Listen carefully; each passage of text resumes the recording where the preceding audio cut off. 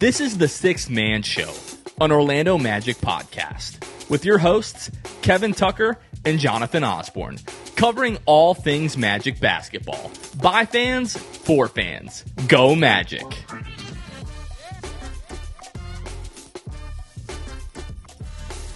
What's going on, Orlando Magic fans? You guys are back with the Sixth Man Show. Today is November 14th, 2024. Jonathan Osborne here, as always, joined by my co-host, Kevin Tucker. Kevin, the Magic are winners of 4 in a row. Let's go.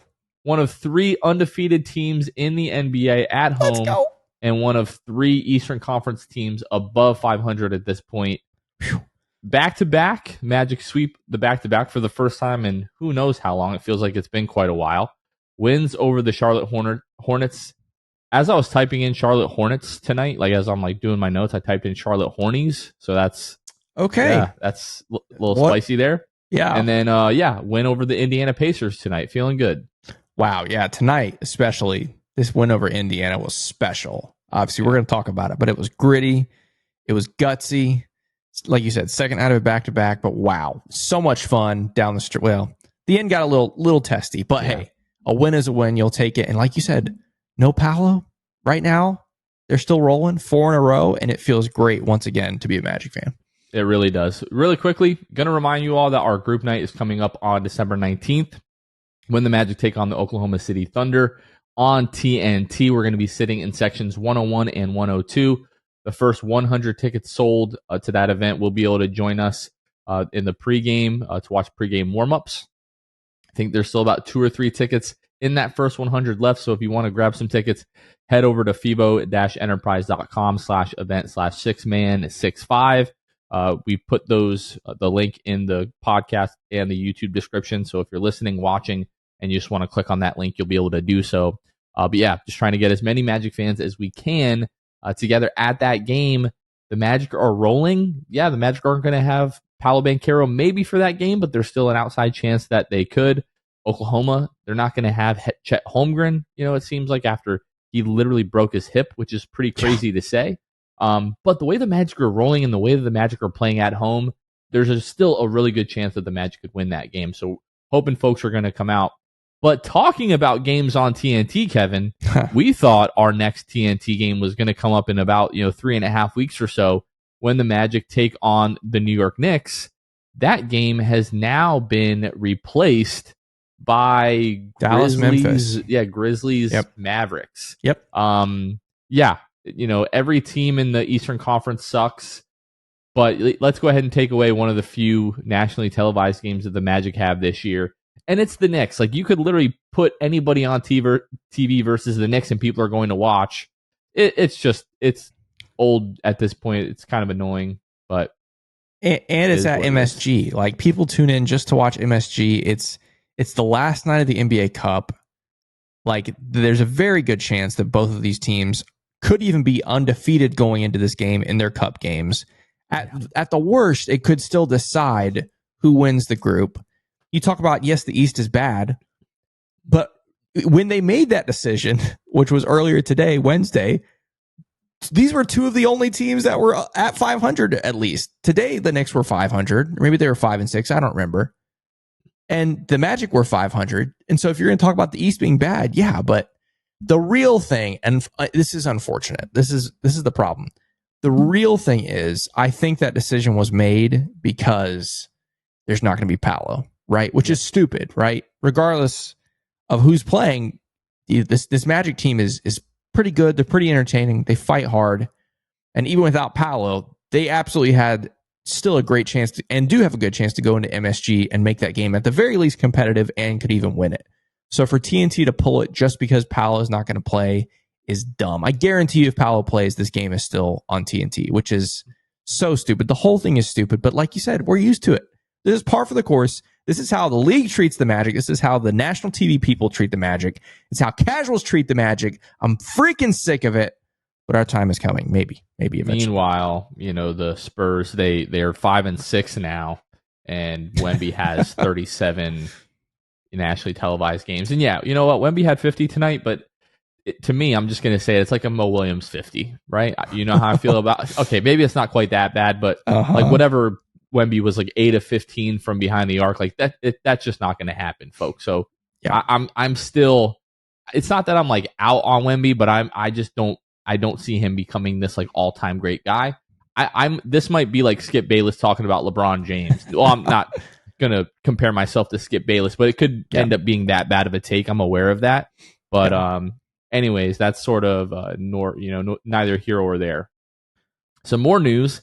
Amazon. This has been rumored for a little bit now, but Amazon and the Diamond Sports Network, the organization that owns the FanDuel like sports, like regional sports networks, like those packages, they've agreed to terms so that if you are like an in-season fan, so if you're in the Orlando market, eventually you will be able to watch the Magic on Amazon for an additional fee. Some people thought that maybe this was going to be included with Amazon Prime, but apparently it's going to be an additional add-on. But it is good news for people who have been not happy with the other apps. Kevin, what is happening right now? You can't. I'm watching yourself. I got to be honest. I'm watching the end of Pistons Bucks. Pistons ball, tie game, 111 each. 1 second to go. They lob it at the rim, and they called a foul. So the Pistons are going to go to the line, I think, with no time left to win the game in Milwaukee. So the Pistons are getting bailed out 2 nights in a row because last night they were bailed out by Eric Spoelstra's phantom timeout at the end of the game, and they got a tech free throw to win the game. Which, by the way, has that ever happened in the history of the NBA, though? Like, basically no time left on the clock, and 2 games in a row you're going to win on free throws. Pretty crazy. Probably not. It looks like there's going to be under a second left. They're going to put time back on, but still, it's crazy. Can we talk about that really fast? The Miami thing? Jamal Mosley would never, baby. That, knock on wood, that was awesome. If you're not familiar with what Jonathan just summarized it pretty much, but yeah, down the stretch of that game, I think it was tied. It was a tie game, and Eric Spoelstra calls timeout, and they didn't have any timeouts. Eric Spoelstra heralded as which he is, I'll give him credit, one of the best coaches in the league, but he's the coach of Miami, so I can't stand him. And so because of that, the Pistons are given free throws that with very little time left. They made the one free throw for the technical, and then they got another one. Anyway, they lost the game because of Heat culture leader Eric Spoelstra with the timeout, and then the cameras pan to Jalen Rose of the Fab Five. And if you're a young person, the Fab Five, this amazing group of basketball players at the University of Michigan. Long story short, one of the best teams in the history of college basketball. Their time was ended because of a phantom timeout. Chris Webber tried to call timeout when they didn't have any timeouts. And anyway, so they showed Jalen Rose, and his reaction is going to be a meme that will be used for a long time. And it was very fun. And the fact that it happened to Miami just made my night. It was awesome. Yeah, that really was great. All right. So let's get into the state of the Magic on the week so far. We're only halfway through the week here, but the Magic are 2-0 on the week with wins over Charlotte and Indiana coming on Tuesday and Wednesday night. The Magic at 7-6. They're winners of 4 in a row, and they are sitting at 3rd in the East. The Magic's offensive rating, they're sitting at 25th in the league right now with an offensive rating of 108.5. And they're up to 2nd in defensive rating with a defensive rating of 104.3. They're just a couple of points behind Oklahoma City, who they were at like 96, 98 points per 100 possessions for the first couple of weeks of the season. They're coming back down to earth just a little bit. So who knows? Maybe in the next week and a half, Magic could find themselves with the number 1 defensive rating in the league, but they're sitting at 104.3. And overall, they're 8th in net rating with a positive net rating of 4.2. Taking a look to the injury report, Paolo Banchero still out with the torn oblique. He'll be reevaluated, if that original timeline stands true, somewhere between the next 2 to 4 weeks, Paolo Banchero will be reevaluated. He was interviewed Tuesday night, his birthday, by the FanDuel Sports team during the game, asking him like how he's feeling. And, he's feeling better at this point. Like, I think he said like he's at the point now where most of the pain is gone, and now it's more so going to be about like strengthening that muscle again so that it can get to the point where he's basically ready to take contact and then work his way back. So probably still a few weeks from a Paolo Banchero return. And then Wendell Carter Jr. has missed the past 6 games with a left plantar fascia strain. I just find it interesting that he's basically like they're treating it like he's day to day. Like we get an update a few hours before each game that Wendell is still out with the left plantar fascia strain, and they haven't just been like, oh, we're going to reevaluate him, in a couple of weeks, anything like that. And in the meantime, I know you talked about it in the post-game live. We're going to talk about Goga as we talk about really both these Charlotte and Pacers games.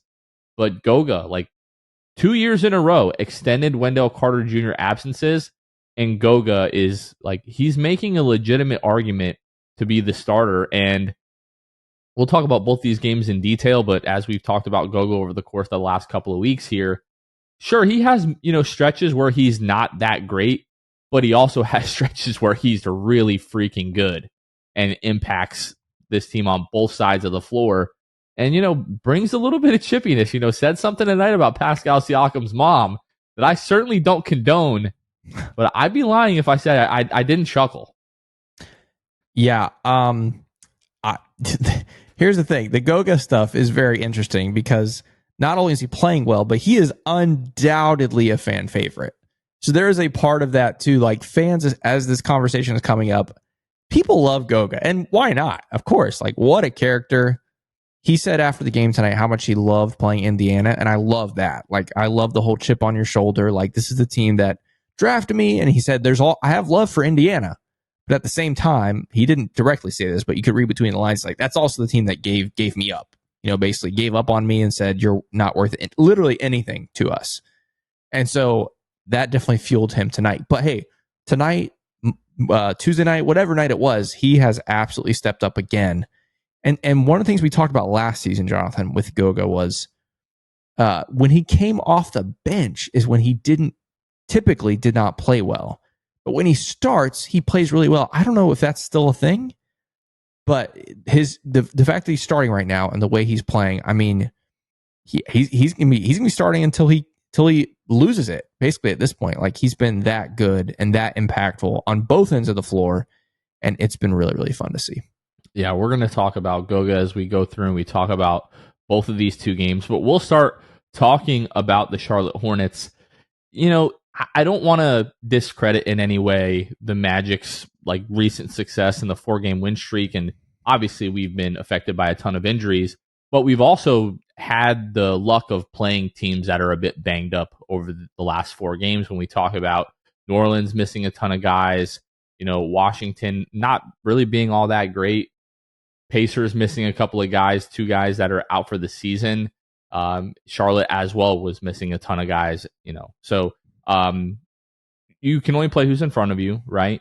I don't think anybody should be freaking out. Like there shouldn't be any kind of reckless talk about, oh, maybe we're better without Paolo. Like there should not be any of that kind of ridiculousness going on. But when you go into games against teams like this and you see that they're down a bunch of guys, like I went into that Charlotte game when we saw the injury report and it was like, okay, we absolutely need to make sure that we beat this team. Like they're missing so many guys. You just sort of like you have to find a way to be able to win the game. And it was close for the first quarter. The Magic outscored the Hornets 31-29 and then end up, 37 points for the Hornets spanning the second and third quarters. And by that time, the Magic had a 30-point lead and this game was just essentially over. Basically, if your name was not LaMelo Ball, you were contributing very little in this game for the Charlotte Hornets.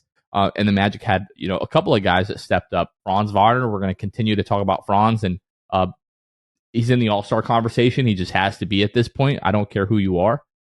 Jalen Suggs, really good game in this one, 17 points, 7 of 14, 3 of 5 from behind the arc, 4 rebounds, 4 assists, 2 steals. Played good defense on LaMelo Ball, especially, in that second half. And then Mo Wagner, second leading scorer. David Steele talked about this tonight, the Is This Anything? Basically, the Wagner brothers, I think it was like 2 or 3 straight games where they were the 2 leading scorers. I think that's only happened once before in NBA history, brothers being the leading scorers for a team 3 consecutive games. Mo Wagner, 18 points in 23 and a half minutes off the bench. He was awesome. But really, it was the Magic's defense. You hold the Hornets to 40% from the floor, 34% from behind the arc, and you force 22 Charlotte turnovers. And the Magic were just able to get out and 22 points off of those turnovers. So Just a dominant performance from the Magic. I didn't realize it like when it was happening, but 3 straight games where you win by at least 25 points. Yeah. And this was a big game because it's the first game of the NBA Cup schedule, the first game for the Magic in East Group A. And as we learned last year, point differential is very important. We got blown out in that first game against Brooklyn. And then you go into that final night of the group games, the Boston-Chicago matchup, basically needing either Chicago to win or Boston to win by less than 23, I think it was.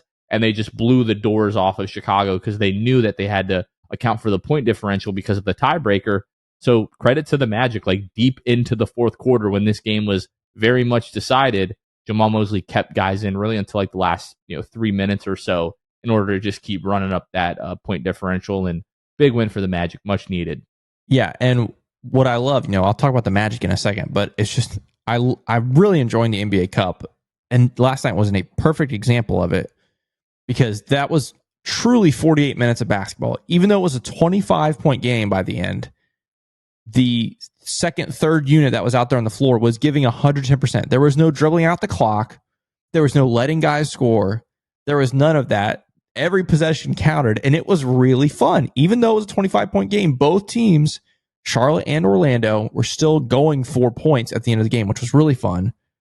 From the Magic's perspective, which, by the way, Giannis, the game went to overtime. Giannis just hit a 3, so he now has the highest point total of the season. So Paolo's 50 is gone. Giannis just hit 53, so unfortunately. Anyway, I was impressed with the Magic on Tuesday. I think that might be the most complete game of the year for the Magic. I think. Absolutely. Like just thinking, okay, like obviously the Miami game was, the second half was elite, but the first half was lacking pretty bad. And so I think over the course of a full 48 minutes, it still wasn't perfect though. That's what's crazy. The Magic still shot the ball poorly, right? Like they still shot 13 of 44 from 3, 29%, and you win by 25 in what I consider to be your most complete game. And so that just shows, as well as they played, there is still another level that can be reached, which is hard to believe.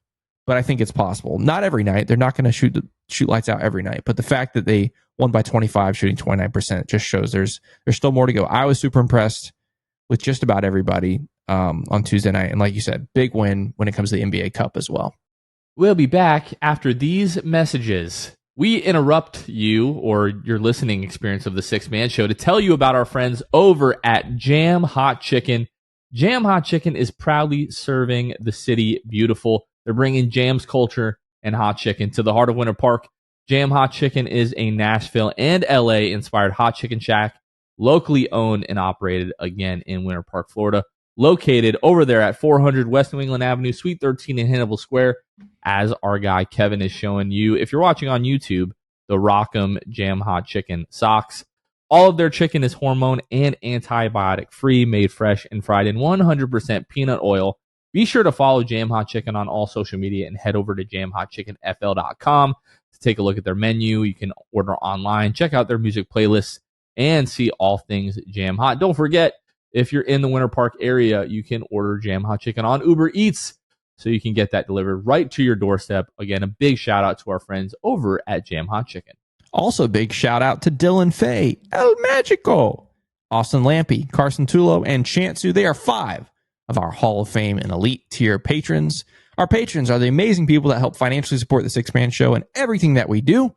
And you too can become a patron if you like. You can go to patreon.com/the Six Man Show where you will find different benefits, different tiers that you can choose from, whatever level you want to financially support what we do here. And what is it that we do here? Not just content like you're listening to or watching right now, but watch parties and other ways for Magic fans to get engaged together. We believe in building up this Magic community, and our patrons do too. So that's why they financially support what we do here to make it bigger and better each and every season. So like I said, if you want to join the movement, you can go to patreon.com/the Six Man Show. And now, back to the episode.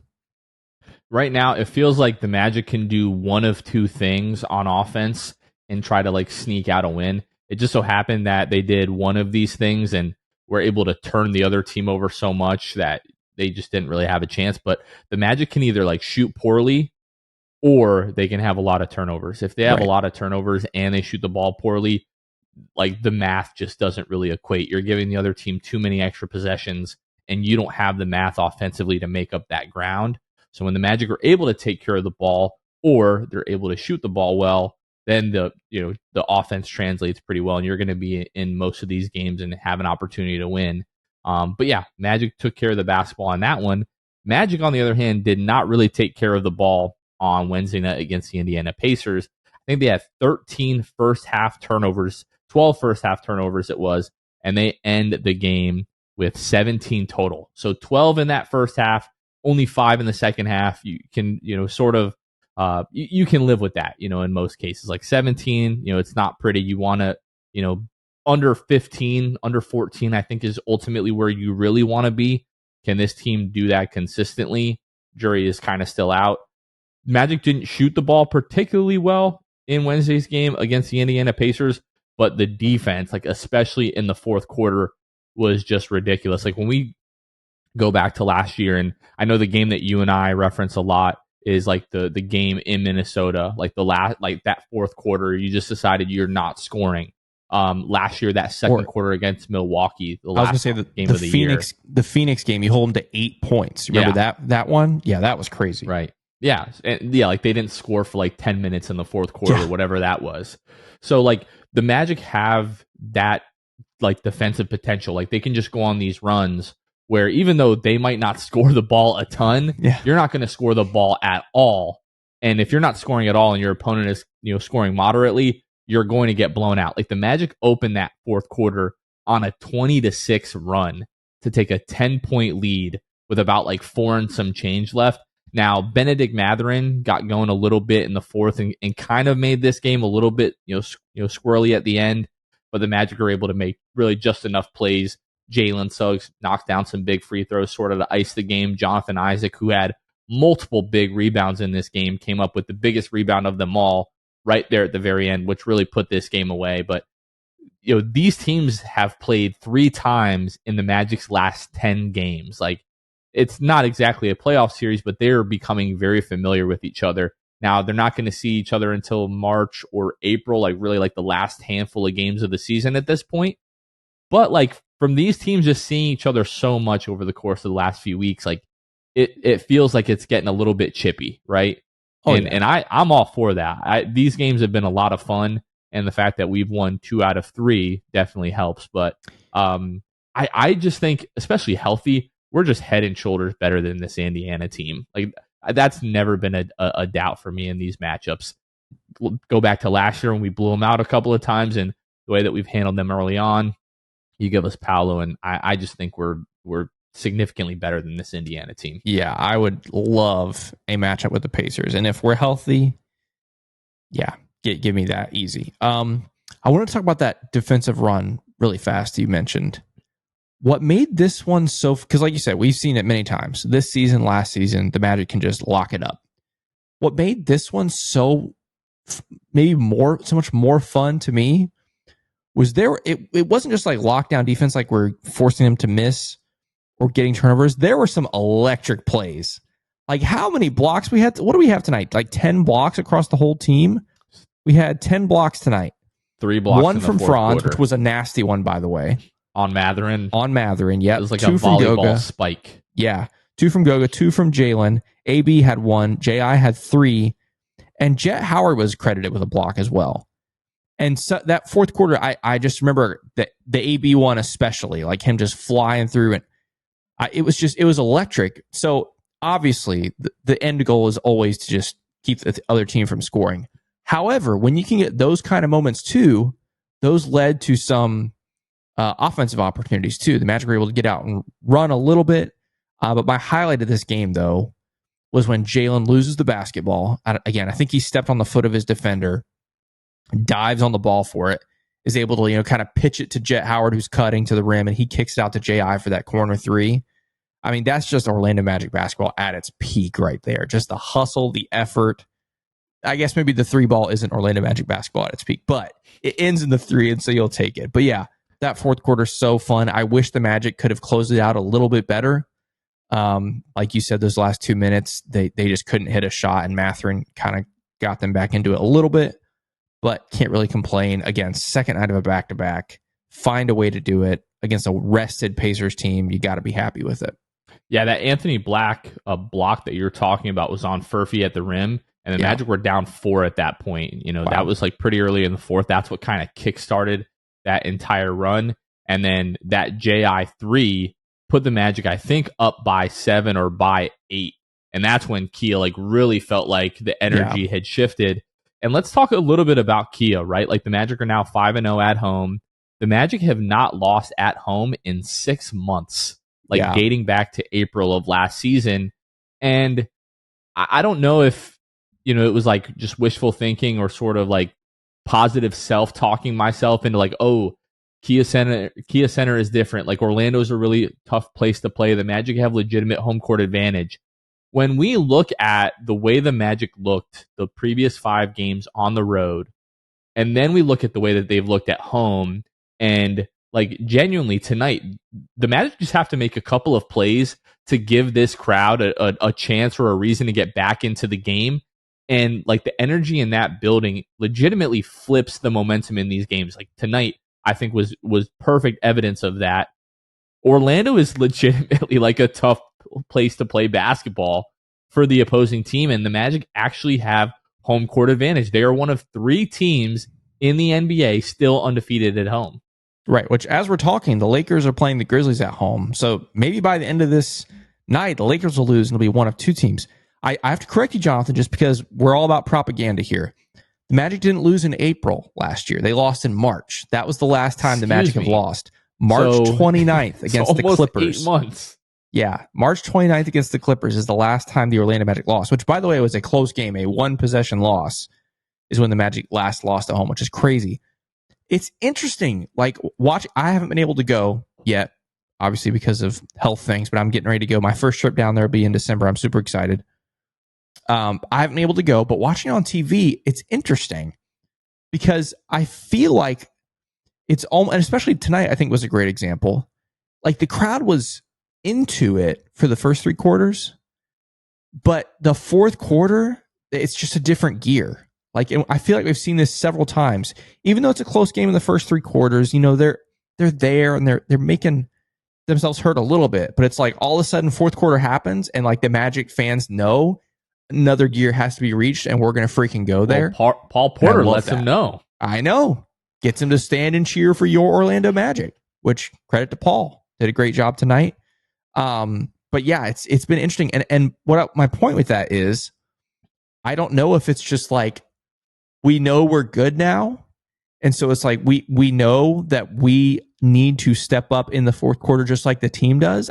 I don't know. It's interesting, but like, as the team is competitive now, it's really fun. The fourth quarters are legitimately hard for other teams. Like, it's crazy. It's fun. Now, Friday's going to be a big test, and we'll talk about that later, but definitely happy with, obviously, what we've seen from the Magic thus far at home. I want to talk a little bit about Anthony Black, who up to the start of the fourth quarter, like really was not having a good game. Like defensively, he's always solid, but like there were just like some turnover things and, you know, wasn't knocking down shots. But Anthony Black, I tweeted this out with when Kentavious Caldwell-Pope hit the 3 that put the Magic up 10 with 4 minutes to go, whatever that was. And I said, Anthony Black came into this game and decided that it was over. Yep. Now, I almost felt like I was jinxing the game at that point because I waved it dead, and then Benedict Mathurin was like, well, wait just a second here. But Anthony Black, in 12 minutes in the fourth, played the entire fourth quarter, by the way. He was a +8, had 6 points, 2 rebounds, 2 assists, 3 steals, and a block in that fourth quarter. And like apart from like the steals happening, like made, another handful of, defensive plays, like genuinely came into that game and like flipped the script for the Magic in that fourth quarter. Like really got, like I talked about, like that block on Furphy at the rim was what I felt like really like the momentum just shifted from that point, and the Magic are getting out in transition and like they're knocking down shots. Like I don't even want to say up and down because that's not totally fair, but like he's been like very solid this year, right? Like not like blowing expectations out of the water. Like he's had flashes of that, but when you look at the statistics, like you're not blown away. But he has stretches like this in games. Usually it's just like a few minutes where he really impacts the game. Like Anthony Black borderline took over that fourth quarter defensively for the Magic. Yeah, and this was brought up in the postgame live. Someone was wondering what Anthony Black's stats are in the fourth quarter. And, it's hard to say that. Like, you can look them up and you can say some fourth quarters are different than others. Some fourth quarters, Anthony Black doesn't need to take over, right? Maybe someone can take this a step further and look up Anthony Black in close games in a fourth quarter. But the stat that I'm looking at that matters to me, and this is from StatMuse, which probably doesn't include tonight's game yet, that Anthony Black, in how many minutes? 109 fourth quarter minutes thus far this season, is a plus 49. Plus 49 for Anthony Black in just fourth quarters this season. And again, that's 13 games. Oh, 13 games, so it does include tonight. Okay, cool. Plus 49 in just fourth quarters. That's not nothing, right? Like, you can't take everything from plus minus stats, but that's something. And so, yeah, it's crazy. Like, we saw it happen early in the season, and we're like, wow, that was pretty cool. Good job, Anthony. Way to go. But now it's like, oh, Anthony, this is like your thing. Like, you're doing this now. Like, it's pretty stinking cool. And it's so necessary because, especially right now without Paolo, obviously you talk about the impact he made defensively, Anthony Black, but offensively, again, tonight was not a night where his stats are going to jump out at you offensively in that fourth quarter, but he was so important facilitating the basketball, making offensive opportunities for others. He had that nasty dunk that should have been an and one that was part of, igniting the crowd there. He's just had, I don't know what it is. He's just been doing this in fourth quarters over and over and over again. It's a handful of times already, 13 games in. And it's really fun to watch, and it has been necessary for this team. He's been a huge, huge part of their success, especially in fourth quarters. You're talking about like very specific instances of statistics here. So I want to pull up one really quickly as we're talking about how good the Magic have been at home as well. The Magic lead the league in net rating at home this year, 116.1 points per 100 possessions on offense. They have a 98.1 defensive rating at home this season. And when we go a step further, I'm going to go to the fourth quarter at home this year. The Magic's net rating is 31.5 in the fourth quarter at home this season. Defensive rating of 86.3. If you're in Kia and you are there after 9 o'clock, pack up your bags and go home. It is not going to end well for you. That's incredible. That's crazy. The NBA needs to instill a curfew for teams playing in Orlando. If you cannot end the game in the first 3 quarters, which is impossible, it's just automatically ruled a loss. Now, I'm going to play devil's advocate here, Jonathan. Oh, well, we're having fun, so why wouldn't you do that? Well, this has been fun, but the only reason is because we play this game on Friday. I think is going to be our toughest home game yet. Sure. These stats are great, but it's been against Brooklyn, Indiana, hurt New Orleans, Washington, Charlotte, and Indiana. Those have been the 6 home games, okay? So I do want to slow our roll a little bit. It has been fun. It has been great. I really want to see this team at home on Friday. That Philadelphia game for me is huge. Our friend Luke Sylvia has actually texted us while I've been talking. Philly is open as a 3.5 point. Oh, sorry. They did open as 3.5 point. Now they're 4.5 point favorites for Friday. So the Magic are going to be underdogs at home on Friday. They like that. I think the Magic like that. But that game for me, Joel Embiid is back. Paul George is back. How are the Magic going to look against that team? Even though they're statistically bad, even though they're down in the standings, will only be their second game with Joel Embiid. That's a game I really, really want to see how the Magic handle. Yeah, that's going to be an interesting one for sure. Now, thanks for killing the buzz, but let's go to the box score a little bit for this Indiana Pacers game for the Magic overall. Franz Wagner, another really solid performance. Not the most efficient, game, but nobody was overly, efficient. This was sort of just like a rock fight, but 29 points, 9 of 24 from the floor, 3 of 8 from behind the arc, 8 of 9 at the free throw line, 3 rebounds, 6 assists. Tristan da Silva, 3 points, 1 of 6, but 9 rebounds for Tristan, 3 assists. Goga Batadze, the 12-point, 12-rebound double-double. Kentavious Caldwell-Pope showing a little bit of, signs of life here. 10 points, 5 rebounds, 3 assists, 4 of 8 from the floor, 2 of 5 from behind the arc. Jalen Suggs, this was not a good Jalen Suggs game offensively. 8 points, 2 of 15 from the floor, 2 of 11 from behind the arc, 2 rebounds, 3 assists, 2 steals, 2 blocks, 4 turnovers. My real only critique of Jalen right now is that far too often it feels like he's either hitting a bunch of threes or he's not making anything at all. And I don't mean just from behind the arc. It's like his offense right now just feels like it's threes or it's nothing, and there's not really much else in between or at the rim. And I think we need to see, more of a healthy balance of both. And then when you look at his last few games, like his last 5 games, there's like either like 1 or 2 5 turnover games. I know there's about 3-4 turnover games, and then there's like the 2 turnover game where we talked about he had like 18 potential assists, which was again like the best Jalen Suggs point guard game that, in my opinion, we've seen. But then like he's just turning the ball over. Like it's just really been erratic. Like he's all over the place. He's getting stripped on drives again. Like that kind of stuff can't happen. Now, all that being said, made some huge defensive plays in this game, made the free throws that iced the game, is still able to make an impact when he's not scoring. And you talked about it in the post-game live. The only shot tonight that I had an issue with, and I was waiting for you to bring it up, because initially you were like, oh, there wasn't really any shot that I was not okay with.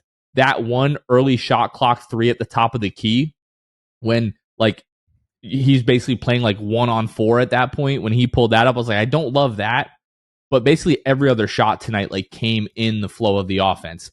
The 2 late in the fourth quarter, it felt like he was searching for the dagger, and he missed both of those. And Benedict Mathurin is just blazing down the other end at that point.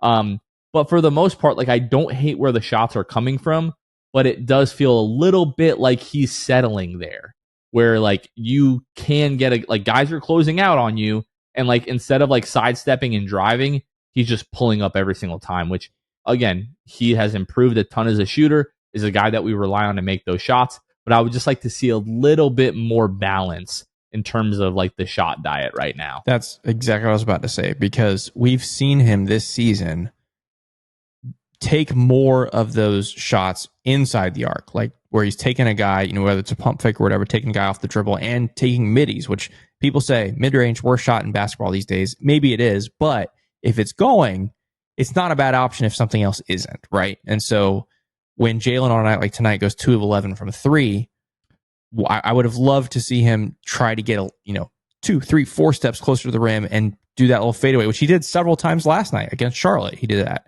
I'd love to see him continue to do that. I still would love to see him get to the rim more. Like yes. That's part of his game. Like he's capable. He's not the best finisher in the world, but I think he could, especially a night like tonight against a team like Indiana. I'd love to see him try to get to the rim more. Hardly tried to do that at all tonight. Maybe he didn't at all. I don't even know. But yeah, I totally agree. Right now, and just some numbers to back up what we're saying here, according to Cleaning the Glass, 49% of his field goal attempts are coming from 3. Yeah. You want that to be, closer to like 35 to 40%. Like if we take a look at this Magic roster, like Gary Harris, 78% of his attempts come from 3. That checks out. Tristan Da Silva is at 54%. Jonathan Isaac is at 49%. Yeah. Like it feels like all J.I. does now is take corner and spot up threes. Yep. If Jalen's 3-point, if his shot diet is looking like Jonathan Isaac's, we don't want that right now. So he has to find a little bit more of a balance there, I think. Yeah. Can I distract us one more time, Jonathan? Sure. Just to add more Wemby fuel to your fire. I don't want to keep doubling. I'm a hater. Okay. I haven't cared for Wemby since the moment the Houston Rockets ended up with the 2nd pick in the draft, and he hit the little like fist, but like, oh, I didn't want to go there. That just pissed me off. That was like a really punk move. So I haven't cared for him since then, and I just think he's overhyped. But please, this is the only reason I'm bringing it up, because it involves more disrespect for the Magic. Okay, and that I just want to fuel us. Okay, the NBA official Twitter account tonight. Oh boy, here we go. They tweeted out a historic night for Wemby. Career high 50 points. Career high 8 3-point made. 4th youngest player to score 50. First Spurs player with 50 points and 5 threes. You know what they tweeted out for Paolo's 50-point? Paolo was dominant in the Orlando Magic win. 50 points, career high, 13 rebounds, 9 assists. Magic are 3-1. They didn't say anything about the historical numbers that he did. Bare minimum. They didn't discuss, he's the only guy LeBron to do that full stat line.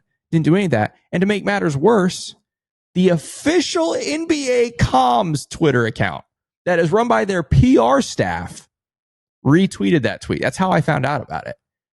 They never mentioned the Paolo 50 bomb, but Wemby does it, and now the official PR people are retweeting him. For goodness sake, what are we doing? If it was not for the great city of Orlando, sheesh, the Los Angeles Lakers would have one fewer title, and LeBron James would have one fewer title. If the great city beautiful of Orlando didn't step, I know it wasn't, technically Orlando, it was Disney. But when everybody thinks of Orlando, they think Disney. If Disney doesn't step in and says, hey, you can finish the rest of the season and have the playoffs and everything here, like if Orlando doesn't do that, if Citrus County doesn't do that, LeBron and Lakers have one less title. I want a little bit more respect.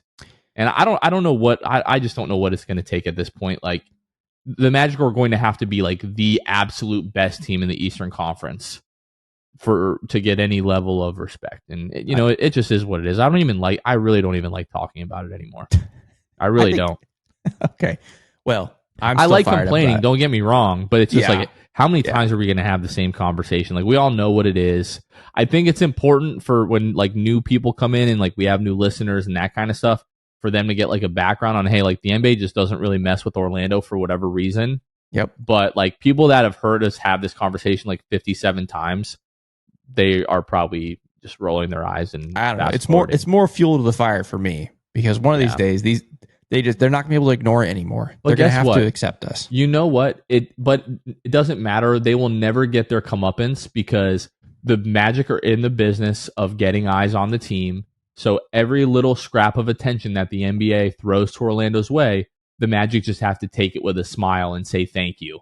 Thank you for disrespecting us for so long, and thank you for giving us now, 4 or 5 nationally televised games. Because if you just go, hey, screw you, NBA, we don't want your attention, blah, blah, blah, that is counterproductive to the Magic. So the NBA can just ignore teams for however long they want, and then whenever they decide to grace you with their presence, you have to just accept it, with a smile and say, thank you, sir. May I have some more? And you just have to like keep it pushing. It's the dumbest thing ever, but unfortunately that's the world that we live in. Unfortunately it is. But that's wild stuff.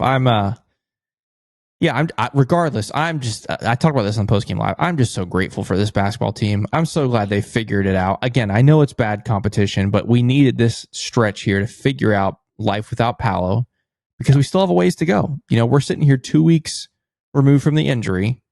That was going to be 4 to 6 weeks of evaluation. And so he's going to be out at least 2 more weeks, probably 4 more weeks, and potentially even more. And so I'm just sitting here super grateful that this team has started to figure out life without Paolo. It's not going to be pretty every night, and it's not going to be easy. Once the schedule turns, Friday we go to Philly. Next week you go out west for Phoenix and the LA double.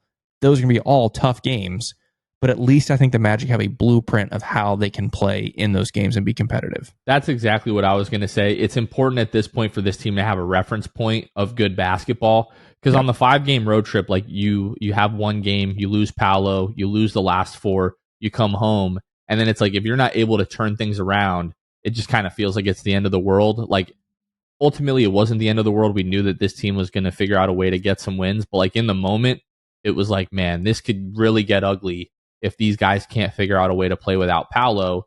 And now, guess what? There are going to be other ugly stretches, right? Like we're going out west.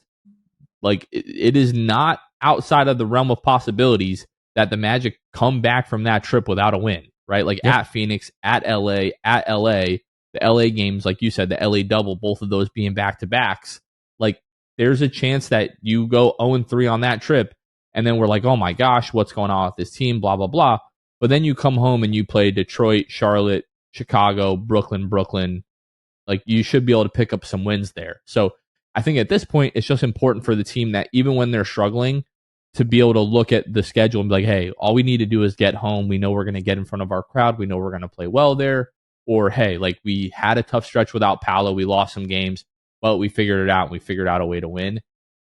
I do think as they start playing like better competition again, there might be a little bit of a reality check to where like, hey, doesn't matter how well the Magic do other things tonight.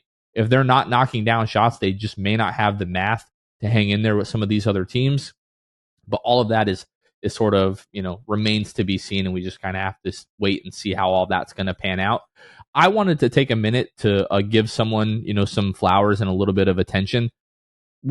Let's talk about Jonathan Isaac, because there understandably have been some people ringing, like, maybe not the alarms, but like ringing the concern bell a little bit with JI.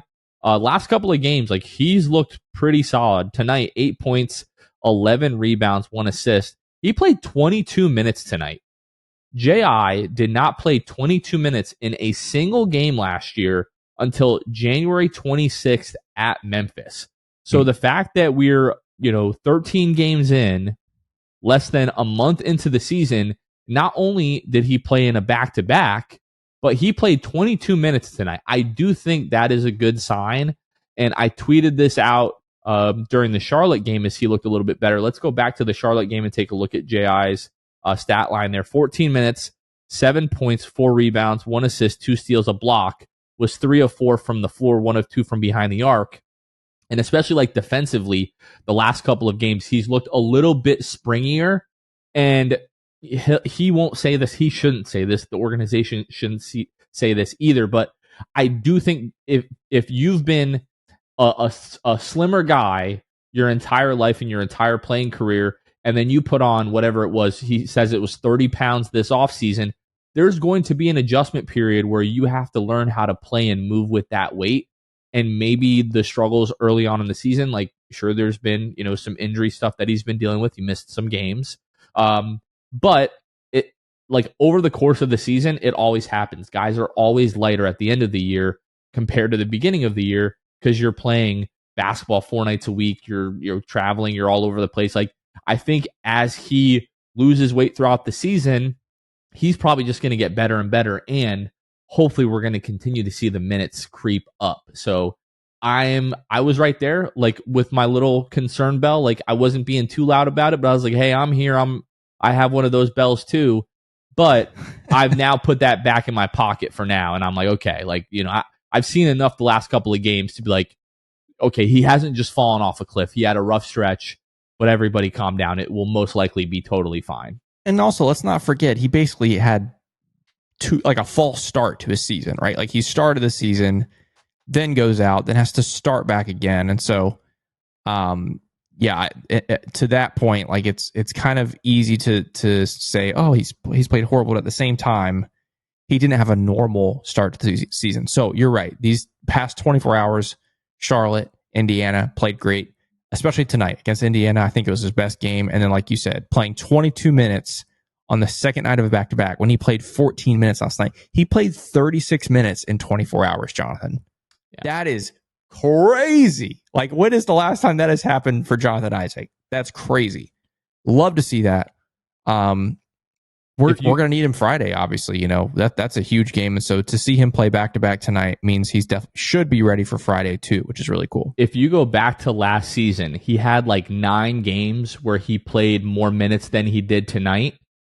And I think like 7 of those came in the end of March, early April, or in the playoffs. Right. So the fact that he's playing in back-to-backs already and was able to play 22 minutes tonight, more than, 50-something games of last year, like, that's a good sign to me. Okay. Huge sign. It's not, doesn't mean everything. Maybe it's nothing. It might be anything. Yep. At the very least, it's something. Everything is something. Not everything is anything. And then, hey, we do this every episode. It seems like this guy gets a lot of attention, but Jett Howard comes in tonight, 2 straight threes, didn't look fantastic defensively, had some minutes of not looking bad, had some solid minutes, but like, that's the biggest thing for him, to be able to come in, knock down threes, like, start to bend the defense a little bit. That was good to see from Jett Howard. I was really happy to see that. Yeah, and he did it right away. Like, instantly came in, hit his first 2 threes. I thought it was interesting. He missed a 3 and instantly got pulled.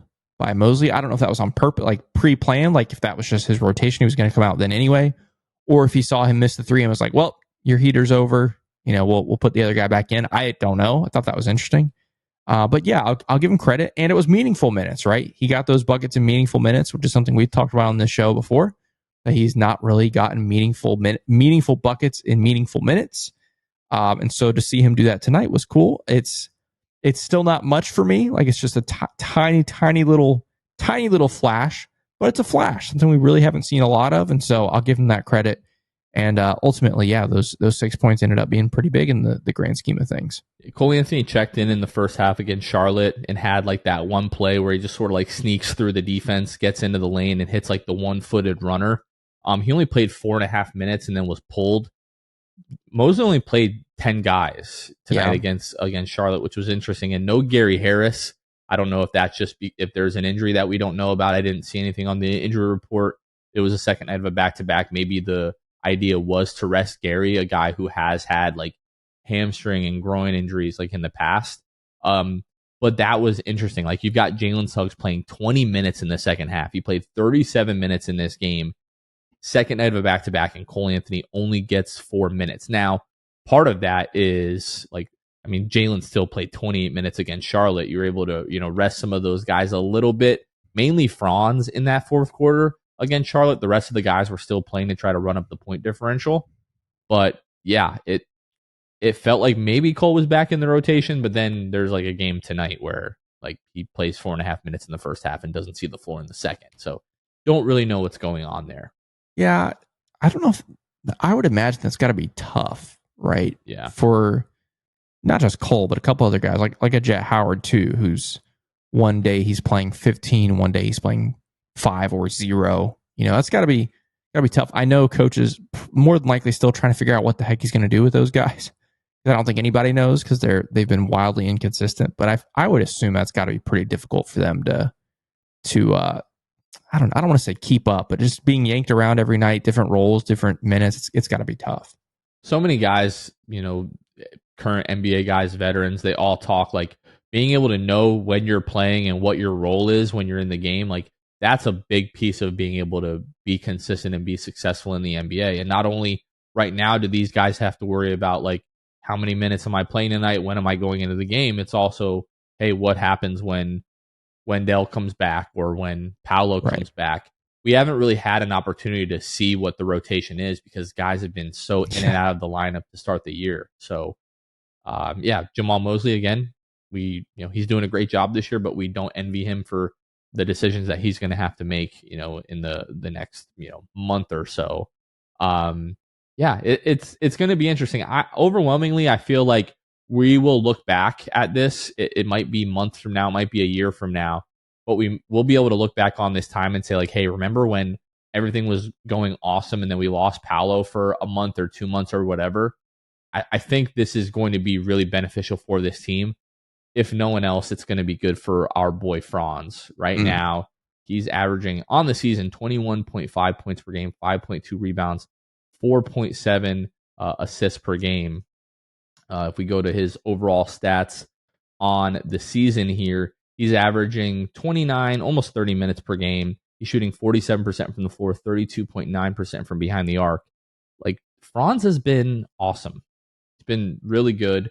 We talked about this on the last episode, but like going into the last 2 games, wasn't super efficient tonight, but was like flat out awesome against Charlotte, was unstoppable. I think he had 17 in that first quarter. We're like, are we going to get a Franz 50 ball? Who knows? Ends up with, what was it, 32? And I think there's a real chance that if he didn't sit for the majority of the fourth quarter, like could have had his career high and could have got his first ever, 40 ball maybe. So, Franz has just been fantastic. Can't talk about that enough. Like, legitimately should be in the All-Star conversation pretty soon here. Well, not just because of how good Franz has been, but because of how bad the East has been. It's like, if this keeps up, obviously, long way to go. We still got 2 months until All-Star stuff is, even really announced. But it's like, if the Magic are in the top chunk of the East and Paolo is out for that whole time and Franz keeps playing like this, he's got to be in the conversation. And so as long as the Magic can keep it up, can stay basically above 500, looks like that's going to be enough of a baseline to at least put him in the conversation for it. But yeah, he's been awesome. Last 5 games here, 27.8 points per game, 46% from the floor, 29% from behind the arc. Want to see that, come up a little bit there.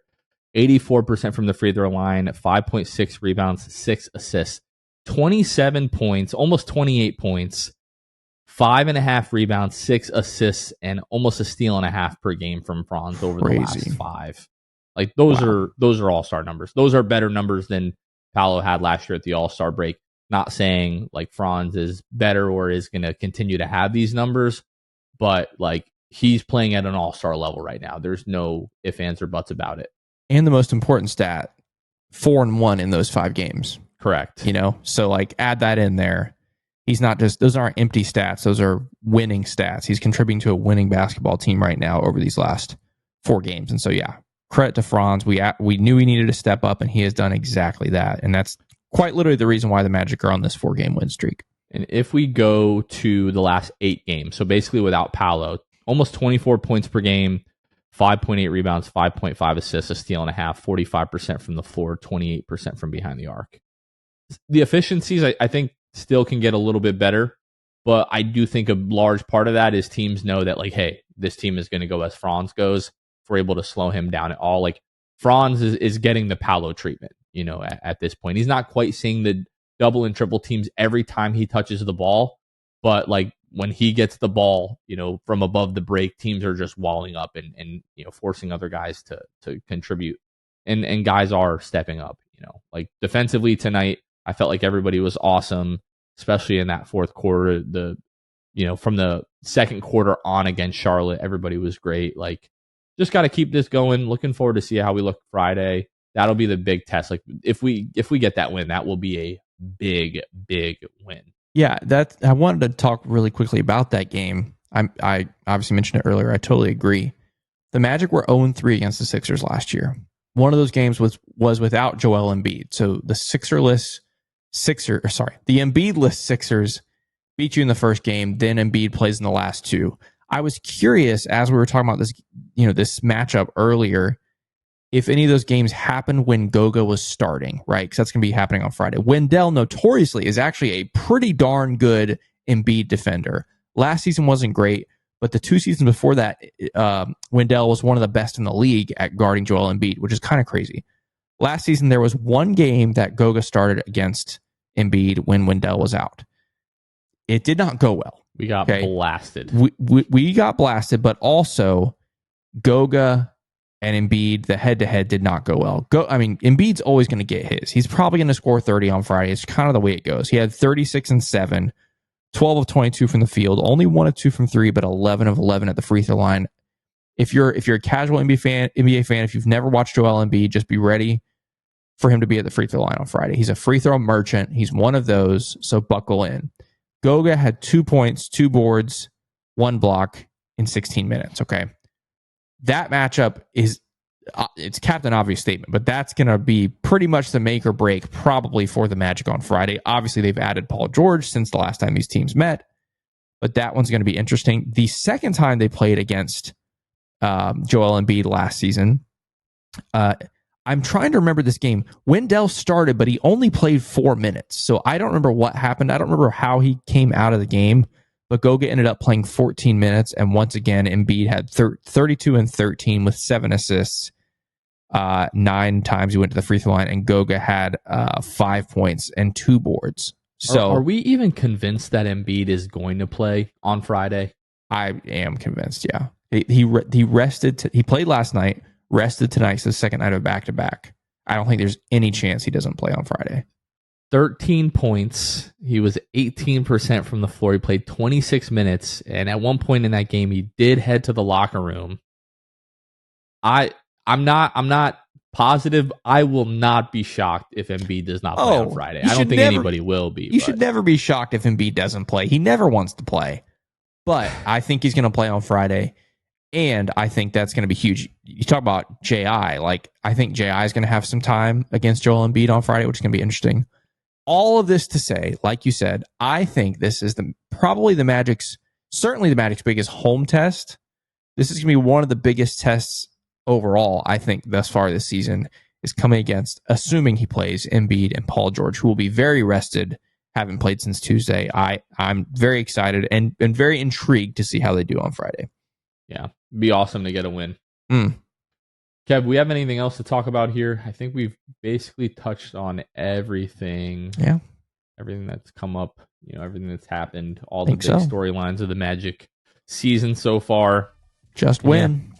Just win. Let's keep getting some dubs. All right, that's going to do it for this one, folks. Thank you all for listening. For Kevin Tucker, there's been Jonathan Osborne. You all have been listening to The Sixth Man Show, and we will catch you guys next time. See ya. Thanks for listening to The Sixth Man Show. Be sure to subscribe on iTunes and Spotify to get new episodes downloaded directly to your phone. If you enjoyed the show, please take a minute to give us a 5-star rating and a review. It helps out the show a lot. Follow us on Twitter, Instagram, and Facebook at Sixth Man Show. We'll catch you guys next time. Go Magic!